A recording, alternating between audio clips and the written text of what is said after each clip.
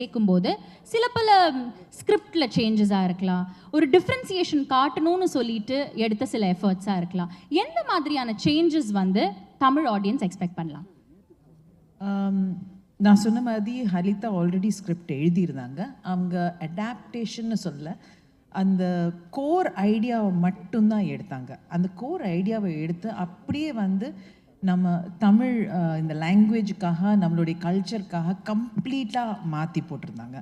So it was very easy to read it and அது connect பண்ண முடிஞ்சது. அதுக்கப்புறம் few discussions Halitha, விபாஸ், hot star நாங்கள் எல்லாரும் உட்காந்து ஃபியூ டிஸ்கஷன்ஸ் தான் இருந்தது.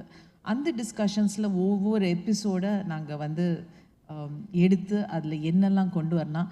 என்னோட ஆசை என்னென்னா, யதார்த்தமான ஒரு பெண் அவளுடைய வாழ்க்கையை காட்டணுங்கிறது தான் என்னுடைய ஆசையாக இருந்தது. இதில் வந்து வேலை செய்கிற ஒரு பெண், ஏன்னா அவங்க ரொம்ப அழகாக சொன்னாங்க, எப்போவுமே ஒரு பெண்ணுக்கு ஒரு டைட்டில் இருக்கும், நல்ல மகள், நல்ல மனைவி, நல்ல அம்மா, இதே தான் டைட்டில்ஸ். அந்த டைட்டில்ஸ்லாம் கேட்டு போர் அடிச்சு போச்சு.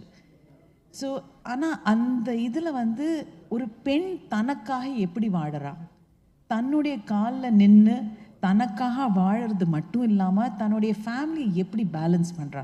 பிகாஸ் என்னை பொறுத்த வரைக்கும் இங்கே இருக்கிற பெண்கள் எல்லாருமே அக்செப்ட் பண்ணுவாங்க, நம்மளுடைய வாழ்க்கை எல்லாமே பேலன்சிங் ஆக்ட் தான்.